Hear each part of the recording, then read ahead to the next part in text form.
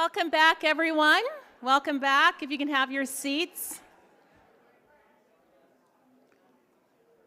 So welcome to the closing plenary of day one of the UNA USA Leadership Summit. It's been It's been a fantastic day, and I cannot think of a better way to close it out than partner with the UN Environment Program, or UNEP, the global authority for the environment, focusing on climate, nature pollution, sustainable development, and more. We are coming together in this moment because, as you heard all day long, June 5th is World Environment Day, a day to recognize that the Earth is facing a triple planetary emergency: a heating climate, the loss of habitat for species, and pollution. As UN General Secretary Antonio Guterres said last fall during the UN Security Council's debate on climate insecurity, our window of opportunity to prevent the worst climate impact is rapidly closing. He also said that it's not too late to act, and that we all must work together to mitigate and adapt to climate disruption to build peaceful and resilient societies.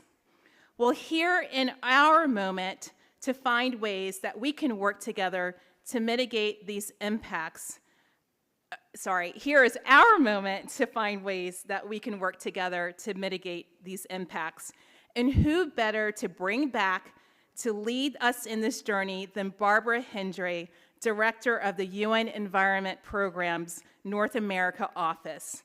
Ms. Hendry has an extensive background, which includes over 2 decades of experience in sustainable development and humanitarian affairs, working both for the United Kingdom and United States governments. But before we bring Ms. Hendry to the stage, we will watch a short UNEP video.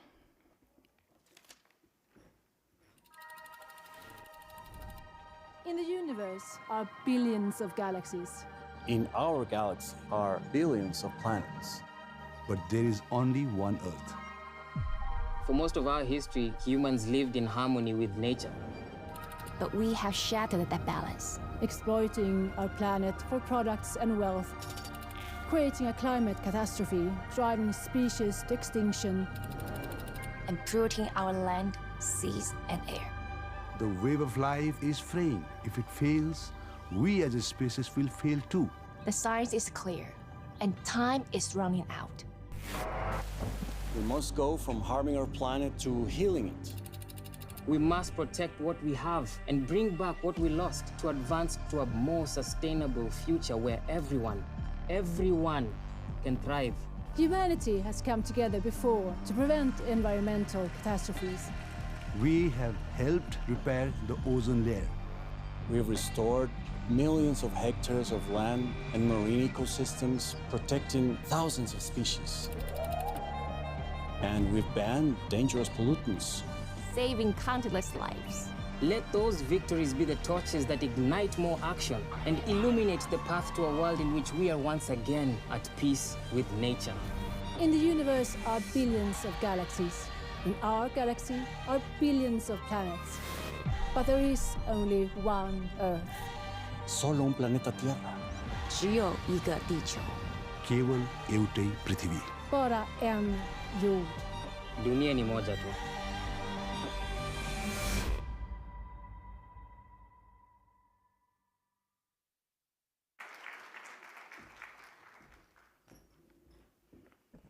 Hello, everybody. Happy World Environment Day.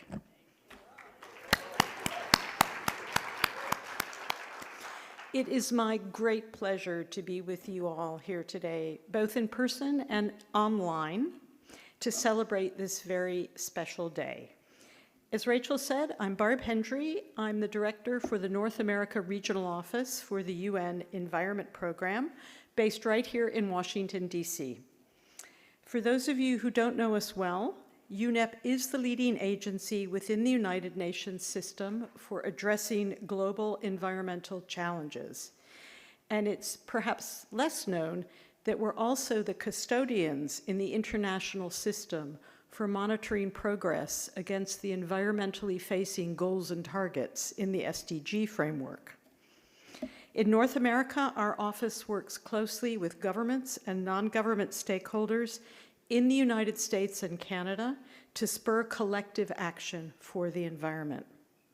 We do that with special focus on this day, 5th of June, which has since 1972 been celebrated by millions of people around the world as World Environment Day.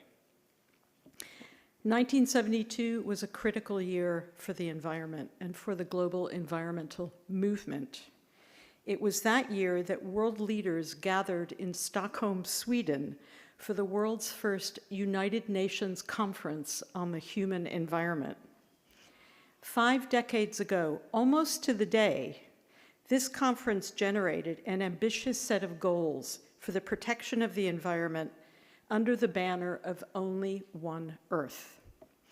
And it led to the establishment, by agreement, of the member states of the United Nations to create the UN Environment Program, the world's first global environmental body, and also the first UN agency to be based in the global south, in Nairobi, Kenya, where we still are. Now, 50 years later, world leaders and non-governmental stakeholders met again last week in Stockholm for the Stockholm Plus 50 conference. There, they reflected on the fact that 50 years on, time is running out and urgent action is needed now more than ever. The Stockholm Plus 50 conference concluded with a call for bold policies to bring about the changes, the systemic changes we need in our global systems, our energy systems, our production and consumption patterns, our global food systems, and many more. All of these things contribute to addressing the threats that we face. All of these systemic changes are needed. These threats are very real and very urgent, arising from the triple planetary crisis that you heard Rachel mention. 3 things: climate change, exponentially increasing pollution and waste, and the massive and accelerating destruction of our ecosystems and our global biodiversity. All of these crises are metastasizing along parallel lines, but they're also interacting with each other and exacerbating the impacts and creating what, it's not an exaggeration to say, is a code red emergency for planet Earth. And yet the path to address these crises, both individually and as a whole, is known. We know what to do. We know, because the science tells us, that we need to have annual greenhouse gas emissions by 2030. We know that we have to act to reduce air pollution, which, if you've seen the latest Lancet report, is now one of the top 6 killers in the world. And we know that we need to bend the curve on virgin plastic production and prevent 11 million tons of plastic waste entering our oceans every year. Our oceans that, by the way, generate 60 to 80% of the atmospheric oxygen we need. So just think about that. Every other breath you take is brought to you by our oceans, but we are literally choking them to death with plastic pollution. We need to do many things, and it may seem like a really daunting agenda, and sometimes it is, but we also know that collective action to solve our problems is possible. Since 1972, UNEP has served as the formal anchor point in the international system for environmental action. Among other things, we act as a convener and a secretariat for many of the world's most important multilateral environmental agreements. And we have seen time and again how this sort of international cooperation can produce results. We know that when the nations of the world put their minds to it, we can repair the ozone layer. We can phase out leaded fuel. We can regulate dangerous chemicals and reduce toxic waste, and we can save species from extinction. And just a few months ago, at the 5th United Nations Environment Assembly meeting in Nairobi, Kenya, the UN Environment Assembly being the world's general assembly for the environment, it's the highest level body we have for global environmental governance. At this meeting, UN member states agreed to create a legally binding global instrument to end plastic pollution, the first of its kind. I was lucky enough to be in the room when the gavel came down on this agreement, and it was a euphoric moment that reminded us all of what global cooperation can achieve. This year's theme for World Environment Day is Only One Earth, echoing that transformative moment 50 years ago in Stockholm. We are using this day to highlight the need for urgent action and bold choices in our laws and policies and our individual choices so that we can live in harmony with nature. This planet is still our only home. Let's all do our part to create a more sustainable and more just Earth where everyone can thrive. We know it's possible. We just have to act, and act now. Thank you very much.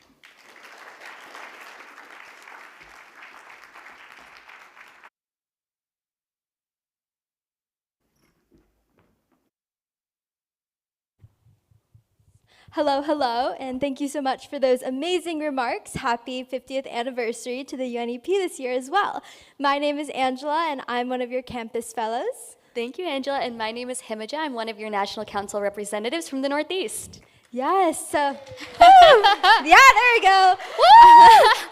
I was really touched by what she said about the ocean, so I think today we want to make some waves. We're standing up here, so we want you to be standing up as well and make a wave with us.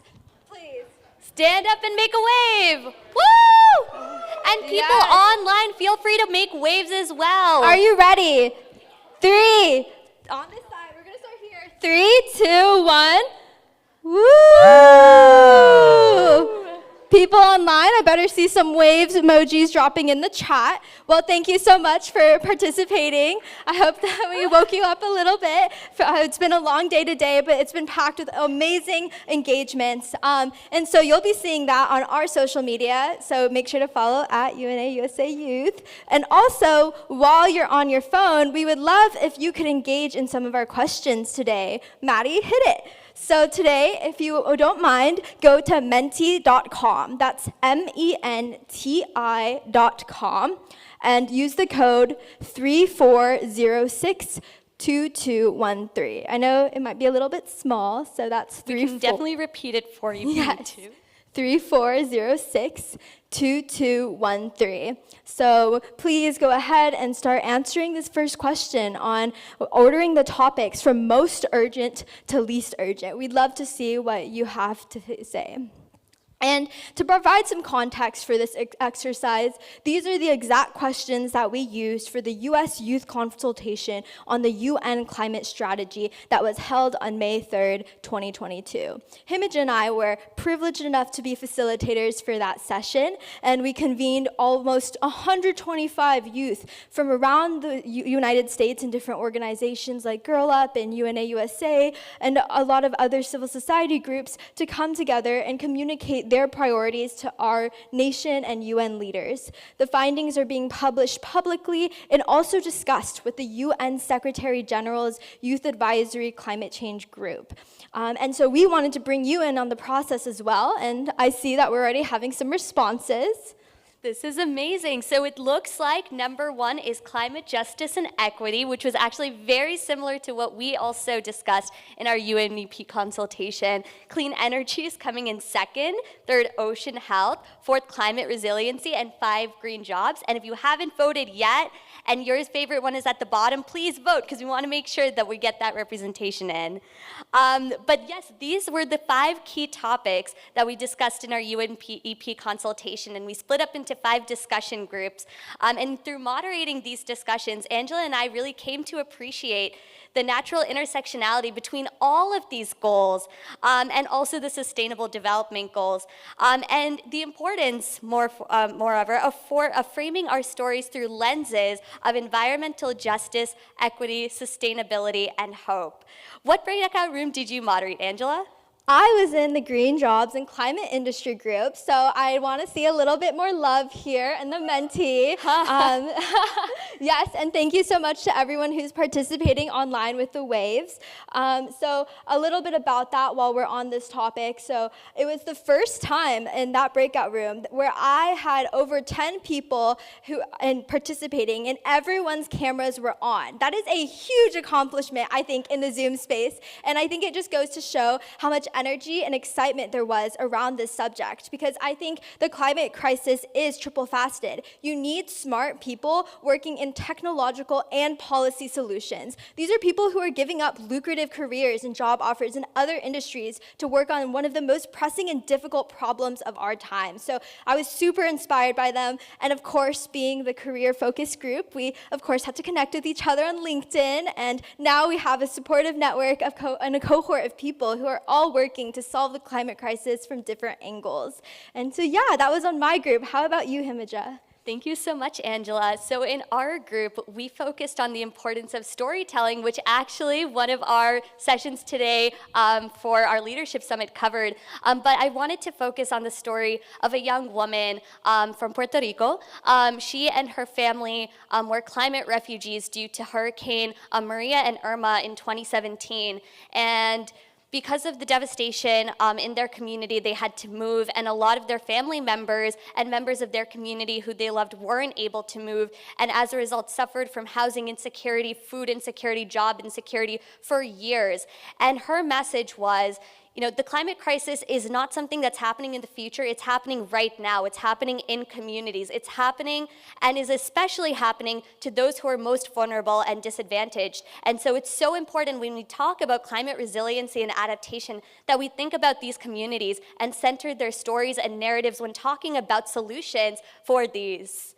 And I will pass it on to Angela. Yes, and while I share my story, please feel free to go on the mentee and finish the other question that we had today on the effectiveness on youth leadership. So what Himija just shared really resonated with me coming from Houston, Texas, because my home has been ravaged by multiple hurricanes as well, from Hurricane Ike to Hurricane Harvey most recently. We had electric grid failures that cut off heating during one of the coldest months of the year. And so I think that all of these messages that we're using youth stories to amplify are really important to be represented at the highest levels. And so it's really interesting to see that you guys believe that the U.S. youth effectiveness on climate change is like, because I think the youth would have something a little bit different to say given how they've been feeling about their stories. So whenever we polled the 125 youth, they only gave it a 3.5. So there's clearly a lot more work to be done, and a lot of youth and younger generations are not happy with what's going on. But I think there's definitely still room to improve. Absolutely. And we see here with U.S. leadership, you know, so many people in this room themselves, you all are true leaders. And so when we talk about U.S. leadership in this movement, you all are the starting point for that leadership. So keep using your voices and keep saying the truth, keep talking about your truth and the truth of people in your community that are being affected by the climate crisis today, right now. And so just want to end on a note of just saying the representation in this room is truly so inspiring. You all come from different ages, backgrounds, experiences, and you all have just such dedication to the UN, to our Sustainable Development Goals, and we're just so excited that you're here with us today on World Environment Day. Woo, thank you so much for participating. And next up, we have Jalen Boone, our 8th U.S. Youth Observer. Thank you all.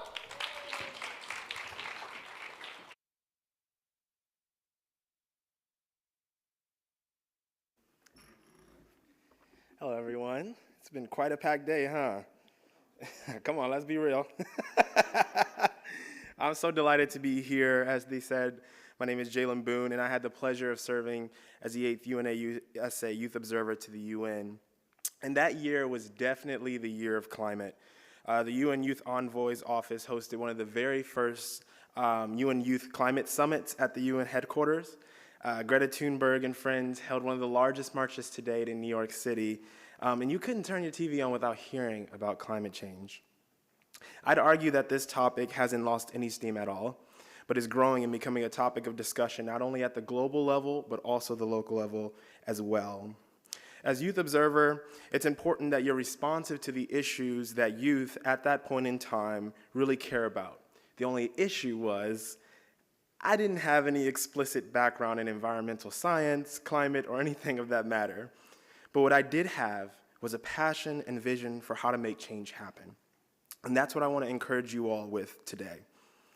Use what you do have and what you have been skilled with to help protect our planet. So what did I have? Well, 1, I love entrepreneurship. And 2, I love fashion. Any fashionable people in here? Oh yes, I see y'all. Y'all thought about those outfits this morning, didn't y'all? Well, number 1, I love entrepreneurship. And during my time as Youth Observer, I focused a lot of my efforts on helping young people, my peers, with various interests and passions to take their ideas and turn them into projects, businesses, and even events for their local communities. This included helping the Green Society on my campus. Now, this was an interesting case study because this group hosted a table, and any of the college students here know there's usually a paseo of tables engaging you everywhere. And their table had a spin the wheel, you could win candy, and learn about different aspects of the environment. Let's just say no one was incentivized to stop at their table to learn more about the environment. And so me and my team did what entrepreneurs do best: think outside the box. We built a giant replica of the Tower of Americas, which, if you haven't been to San Antonio, is a symbol for the community, and we built it using trash. We placed it right in the middle of our campus center, along with some other structures. And let's just say the next morning, people were definitely talking about the environment. The idea was that we needed to show people that this is what's to come if we don't begin taking waste in our community of San Antonio seriously. This was a simple action that sparked a conversation. Second, I love fashion, y'all. No mystery that I love fashion, because this year in March, I was like, you know what? Why don't I just start a fashion company? I know, right? It's crazy. But I had just always wrote in a notebook, I want to start my own clothing line. And so I did, and we launched in March. But you're probably wondering, what does that have to do with the environment? Well, in 2019, some friends and I threw a fashion show where we encouraged high school and college students from our community to design a new collection using nothing but trash and recycled materials. We even raised enough to offer a $500 grand prize for the winner. And get this school from Italy was like, we want to give the winner tuition to come to our school to study fashion design. We were like, look at us, we out here doing this, wow. And the show was such a hit. And while COVID stopped us from doing one in 2020, my company is planning on bringing it back to Philadelphia, so stay tuned. I mention this because I know that while most of us are here advocates for the environment and climate change, we may not all be involved in it as intimately as, say, the folks at UNEP who are working on this every day in their jobs. But that's no excuse. Each of the SDGs are intertwined, and so that means climate action is not exclusive to climate activists or environmental activists. We all have a part to play. My advice? Find the spaces and areas where your passions, skills, and your everyday work could be used to address SDG 13 and other related issue areas, and begin taking action, because there truly is only one Earth. Thank you.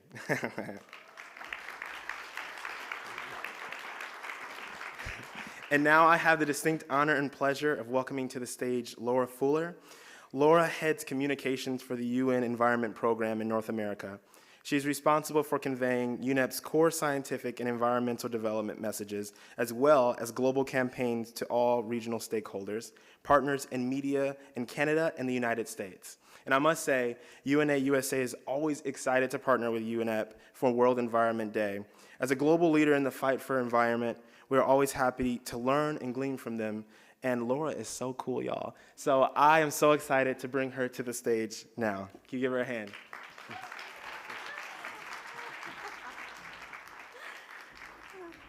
Best introduction ever. So before I start, I don't want anybody saying anything about my shoes without me explaining them. In the spirit of sustainability and fashion, these shoes, and I can pass them around, but I don't think you want me to, are made of bottle tops, plastic water bottles. Sorry? Well, unfortunately, I guess the company didn't do so well, but we have to support sustainable enterprises, right? So anyway, yeah, that's that. and of course, well, maybe Jalen can incorporate them into his fashion line, right? Okay. Anyway, so happy World Environment Day, everybody. So thrilled to be here. And as I mentioned, as was mentioned, this is Only One Earth theme for World Environment Day this year. And the focus is on living sustainably in harmony with nature. And we want to celebrate the planet through waves of our collective environmental action underway already to protect and restore our common home. We only have one home, we only have one Earth, we need to do our part. So we're asking people and organizations around the world for their Earth action numbers, we're calling them. And this is how we're going to advocate and to measure global action for the environment on World Environment Day this year. So I'm going to explain that a little bit more, but just remember that word. And you're going to have a chance to add your input today. So, so like I said, it's our responsibility, it's our challenge to protect our Earth. And we have the solutions, we have the knowledge and the technology to limit climate change and avoid ecological collapse. And that sounds dramatic, but it's true. That's what we're facing. And it's hard to be an optimist sometimes, but I do my best. I come into work every day thinking, yes, we're going to save the planet today. Can't do it alone, though. So we need to really rethink the way we live and the way we consume. And our individual actions do make a difference, but we all need to work collectively to make immediate and very transformative changes. So we're reaching out, oops, pardon me. Let's go back, can we? Perfect, thank you, because these are my little spheres. We're reaching out to everyone, no matter what your sphere of influence, from governments to businesses to everyday citizens like you and me, because how we produce and consume affects our planet. So now we go to the next slide. Perfect. So as both Barb and Rachel mentioned, we are facing a triple planetary crisis. You'll hear this term a lot, but it really sums up what's going on in our world these days. There's climate change, biodiversity and nature loss, pollution and waste, but it's all driven by human activity and unsustainable patterns of producing and consuming. So 2022 is all about shifting into emergency gear for people and for planet. And we need to recognize that both our impact and our dependency on nature gives us the best chance of not just surviving, but as Barb said, thriving on this beautiful yet very fragile planet. And collectively, like I said, our individual actions make a huge difference when taken collectively. So, what are you going to do now? And what more can you do as an individual? And what can we do as a society?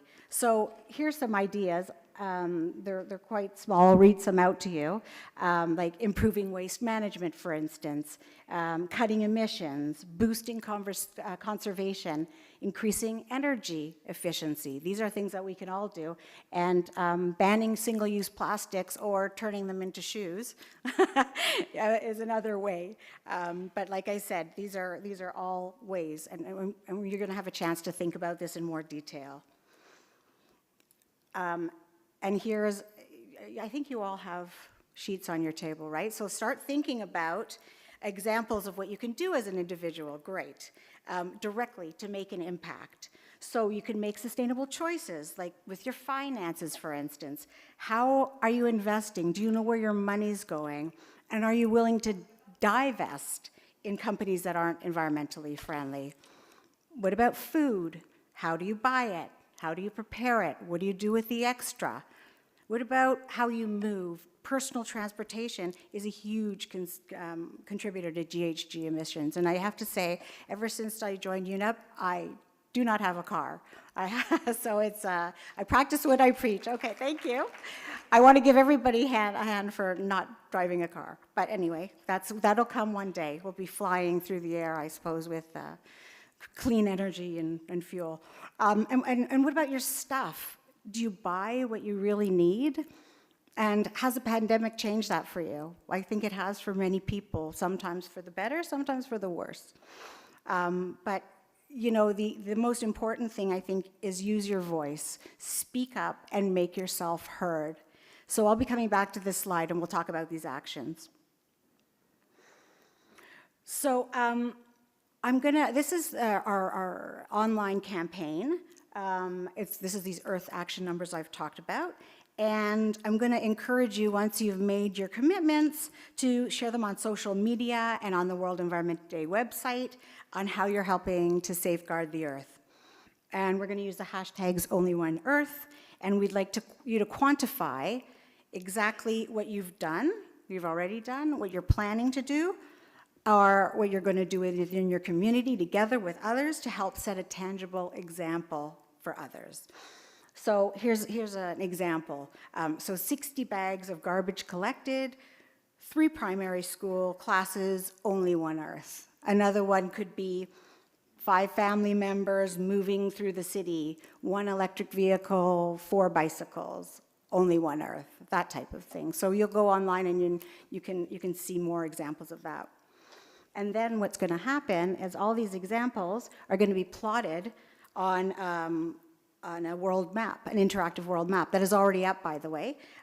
It's going to be color-coded according to the triple planetary crisis, so the climate, nature, and pollution, and ecosystem degradation crises, and the location is going to be shown as well. So you can see this was from May 25th, it's about a week and a half ago, and there was over 1,000 commitments already. So the US, we need more dots. So that's what we need you here to do to get the numbers up. And then this is how you're going to do it after the conference. Don't worry about this slide and not being able to read it, because I'm going to give you the QR code in a minute. So for those who are here, maybe get your phones ready to take a picture of the QR code. And for those who are online, get ready to note it down. There's really 3 easy steps. You decide on your action, you help us put it on the world map, and then you share it on your social media channels or with your friends and communities. And here is the QR code. Oh, good, I see phones. Excellent. Do I see, I can't see the virtual phones online, but I'm sure they're up. Perfect. Okay, so now this is where you come in. That's what you can do when you go home, but for now, we're going to make commitments here and now as to what you're going to do or what you're already doing in your communities, and something that you want to improve or that poses a challenge. So you really have to think about it. We're going to give you some time to do this because as citizens and employees, students, consumers, we all have the individual decisions every day that shape our lifestyle and that impact the environment. So, you know, I mean, that's what we do every day, but in addition to making our personal lives more sustainable, we can all press for faster and more far-reaching environmental change from governments and businesses, for example. So that's that speak up and be heard part. So I'm going to bring Jalen back to join me on stage while you think about what you're going to write on these pages, think about what you're going to say, and we're going to give you some ideas. We're just going to talk about it. And there's going to be a Mentimeter, so you want to? Yeah, for sure. So there's going to be a Mentimeter they're going to put up, and it has that prompt. We want you to talk through what one action will you pledge to take for the Only One Earth campaign. And there's a link on Hop-In online if you're online, and there's QR code for you all to take a picture of. And you have the code up there, menti.com 34062213, so that we can see them surface right up here as you're doing that. And so if you want to start brainstorming among one another. Some of this prompts, just the things that you can do back home in your communities, that would be great. Yeah, so think about it. And while you're thinking and staring blankly at us, maybe we can give you some examples. I mean, I did earlier, I talked about stuff, fashion. We talk about fast fashion. Maybe that's something that you're doing right now. You're wearing the same clothes that you've been wearing for years. That's a hearty laugh.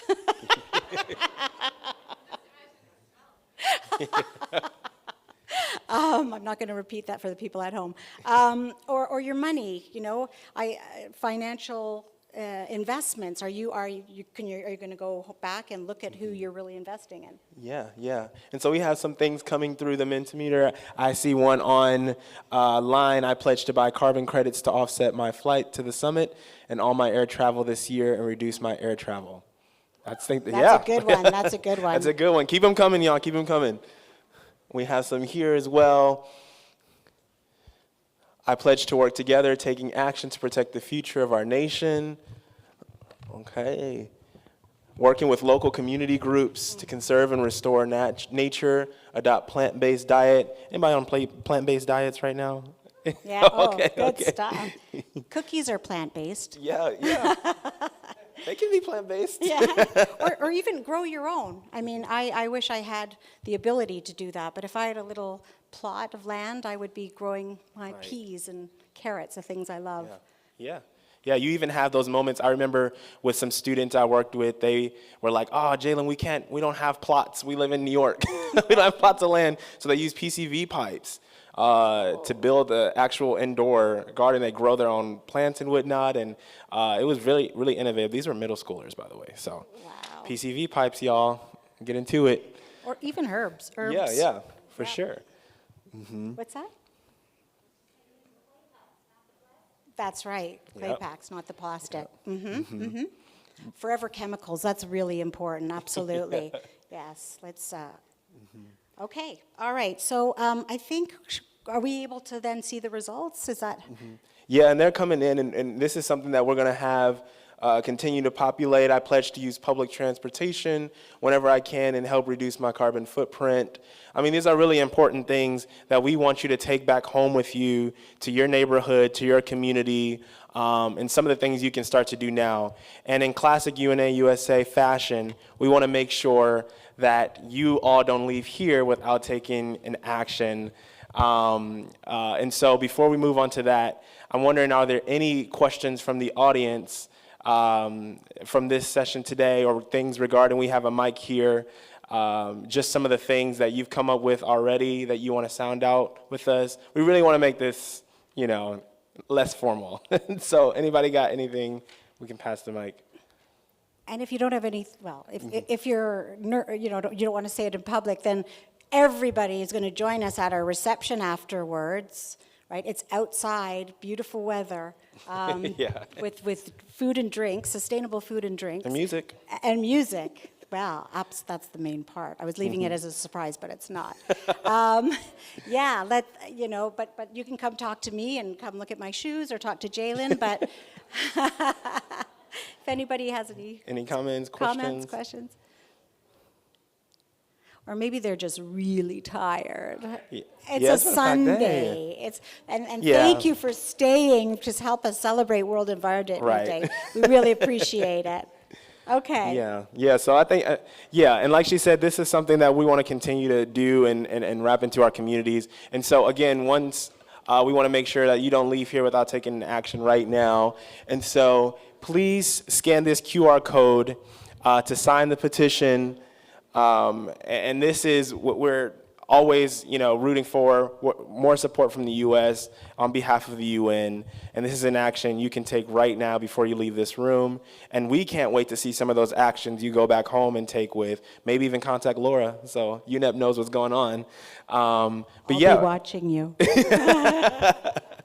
For sure. Make sure you have this. And just to close this session out today, I'm going to welcome Rachel back up to the stage so we can go to that reception. Thank you so much, everybody. Thank you.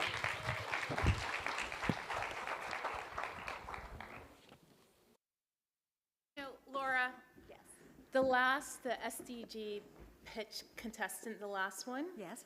in her slide, she had a picture of me with Mel, and I was wearing this dress, and I felt really embarrassed that that picture was up there, but because of you, Ta-da! I'm okay. Good. Way to go. Way to go.